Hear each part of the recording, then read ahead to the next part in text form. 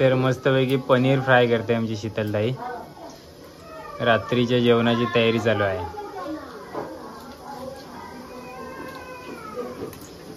काय काय बनवणार आहोत? पनीर बिर्याणीची तयारी चालू आहे. इकडे या आमच्या शीतलताईच्या सासूबाई. इकडे मोदकांची तयारी चालू आहे. मनीषा बहीण चौकी घेतले. आणि आता या काय आहे, इलायची वेलची चेचावला घेतली. आणि या काय काजू बदाम पिस्ता मोदकात ना. यस. आणि मामा आता कसली पानात बेल तोडतात. आणि इकडे गणपती बाप्पा शंकर आणि पार्वती.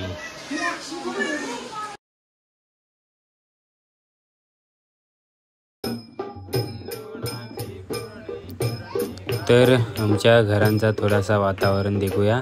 संकष्ट चतुर्थी, साखर चौथ, गणपती विसर्जनाच्या एक दिवस अगोदर संकष्टी असतं.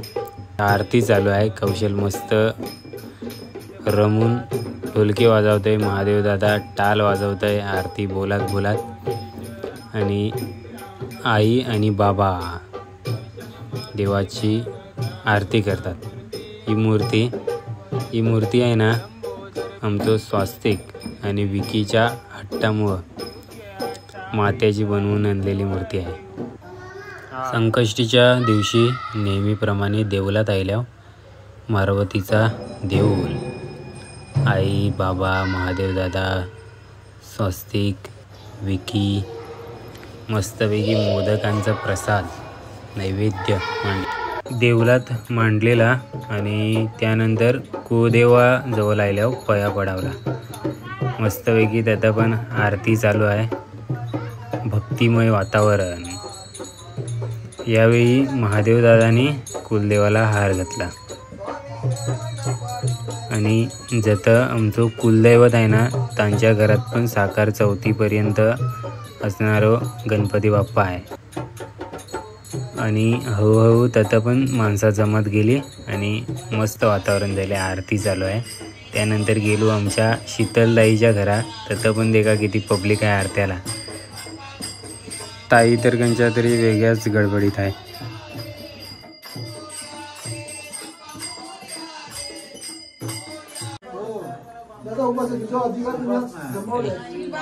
गणपतीच्या दर्शनाला लाईन दे का.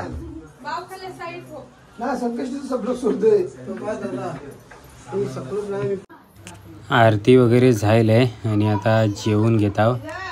ही आहे पनीर बिर्याणी, पनीर पुलाव. यात गणपती बाप्पा शंकर पार्वती मस्त समोर मकारात बसल्यात आणि आम्ही सगळं जेवताव. आज शीतलताईच्या घरात जेवलो. मस्तपैकी पापड आणि पनीर पुलाव. हा जेवा.